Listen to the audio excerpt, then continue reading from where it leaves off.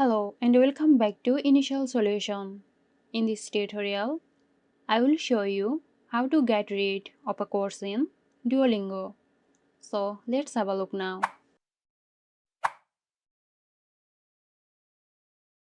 Open your web browser and go to the Duolingo website and log into your account. Click on More and select Settings. From the right sidebar, click on Manage Course. If you can't find the Manage Course option, you can type duolingo.com/settings/reset and language in the address bar and hit enter. It will open up the Manage Course window.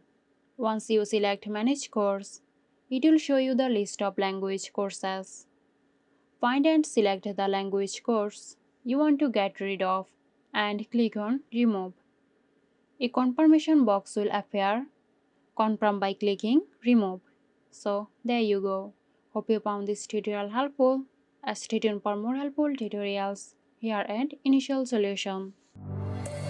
This video is sponsored by Girosoft. Girosoft offers graphic design, UI UX design, digital marketing and web development. Elevate your brand with Girosoft today. For more details, check the description box.